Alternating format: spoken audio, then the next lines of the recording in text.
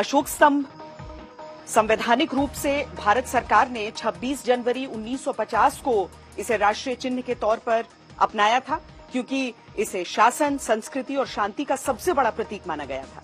लेकिन आपको ये जानकर आश्चर्य होगा कि इसे अपनाने के पीछे सैकड़ों वर्षों का लंबा इतिहास छिपा हुआ है और इसे समझने के लिए आपको 273 ईसा पूर्व के कालखंड में चलना होगा, जब भारतवर्ष में मौर्य वंश के तीसरे राजा सम्राट अशोक का शासन था।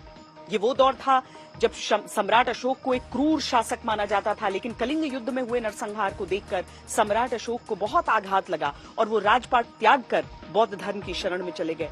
इसके बाद बौद्ध धर्म के प्रचार में सम्राट अशोक ने देश भर में इसके प्रतीकों के रूप में चारों दिशाओं में गर्जना करते 4 शेरों की आकृति वाले स्तंभ का निर्माण करवाया। शेरों को शामिल करने के पीछे यह प्रमाण मिलता है कि भगवान बुद्ध को सिंह का पर्याय माना जाता है। बुद्ध के 100 नामों में से शाक्य सिंह, नरसिंह नाम का उल्लेख मिलता है। इसके अलावा सारनाथ में दिए गए भगवान बुद्ध के धम्म उपदेश को सिंह गर्जना भी कहते हैं। इसीलिए बौद्ध धर्म के प्रचार के लिए शेरों की आकृति को महत्व दिया गया। यही कारण है कि सम्राट अशोक ने सारनाथ में ऐसा ही स्तंभ बनवाया जिसे अशोक स्तंभ कहा जाता है। यही भारत के राष्ट्रीय प्रतीक के रूप में आजादी के बाद अपनाया गया। अशोक स्तंभ से जुड़ा एक विचित्र तथ्य ये भी है कि इसमें 4 शेरों को दर्शाने के बावजूद 3 ही शेर दिखाई देते हैं। गोलाकार आकृति के कारण किसी भी दिशा से देखने के बाद भी एक शेर दिखाई नहीं देता। अगर आपने ध्यान दिया हो तो अशोक स्तंभ के नीचे एक सांड और एक घोड़े की आकृति दिखाई देती है। इन दोनों आकृतियों के बीच में एक चक्र भी है, जिसे हमारे राष्ट्रीय ध्वज में शामिल किया गया है। इसके अलावा अशोक स्तंभ के नीचे सत्यमेव जयते लिखा गया है, जो मुंडकोपनिषद का सूत्र है। इसका अर्थ है सत्य की ही विजय होती है। अशोक स्तंभ से जुड़े ऐतिहासिक और रोचक तथ्यों को जानने के लिए आज हमने इतिहासकारों की भी मदद ली है। ये जानकारी आपको भी सुननी चाहिए। पहला सवाल मेरा मैम आपसे ये कि अशोक स्तंभ किस तरीके से भारतीय संस्कृति से जुड़ा रहा है और इसे आप कैसे देखते हैं? देखिए, इतिहास के बारे में हम बात करें तो अशोक स्तंभ कोई 3री शताब्दी बीसी का है, पूर्वार्ध का है। और उस समय अशोक बहुत युद्धों से गुजर करके शांति की कामना कर रहे थे और उन्होंने बौद्ध धर्म को अपनाया। और उसके साथ ही उन्होंने इन स्तंभों के जरिए, इन पे अंकित इंस्क्रिप्शंस के जरिए शांति का संदेश देश भर में फैलाना चाहा।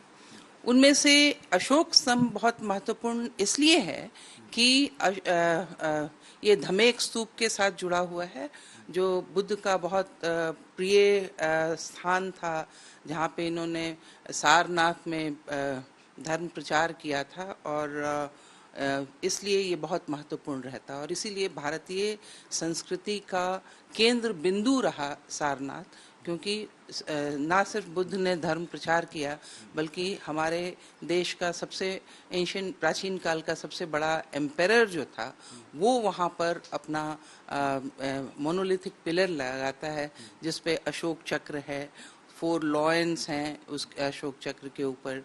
और ये एक सिंबल था, प्रतीक था शांति का और शांति फैलाने का, कि अशोक किस तरह से अपने आप को बुद्धिज्म में परिवर्तित करके शांति का प्रचार प्रसार कर रहे थे। आज प्रधानमंत्री ने संसद की नई बिल्डिंग में इनॉग्रेट किया और एक अपने आप में एक अलग छवि बिखेरता हुआ वहाँ पर अशोक स्तंभ नजर आ रहा है। भारतीय संस्कृति में, खासकर अब जो मॉडर्न हिस्ट्री हम कहते हैं भारत की, उसमें अशोक चक्र जो है या अशोक स्तंभ जो है, वो किस तरीके से अपनी पहचान बनाता हुआ नजर आया आपके साथ? देखिए, मोनोलिथिक पिलर्स तो बहुत थे अशोक के, लेकिन ये एक खास तरह का पिलर था जिसमें कुछ डेकोरेटिव मोटिव्स थे, जिसमें लॉयन था। Lion is equated to Buddha, royalty.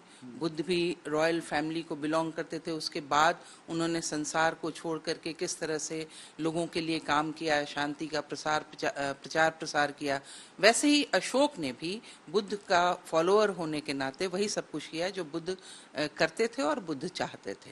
इसलिए ये बहुत भारतीय संस्कृति के लिए बहुत अहम स्थान है सारनाथ। और ये अशोक पिलर, अशोक स्तंभ, जो कि हमने नेशनल एम्बलम के रूप में उठाया और अब प्रधानमंत्री जी ने उसको संसद भवन में भी स्थापित करके दुनिया भर में एक शांति का सिंबल के रूप में पार्लियामेंट को दिखाने की कोशिश की।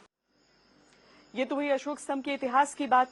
लेकिन चूंकि ये हमारा राष्ट्रीय प्रतीक चिन्ह है, इसीलिए इसके साथ जुड़े हुए जो संवैधानिक नियम, कायदे, कानून हैं, उन्हें भी हम आपको समझा देते हैं कि आखिर किस तरह की चीजें होनी चाहिए और किस तरह की चीजें नहीं होनी चाहिए।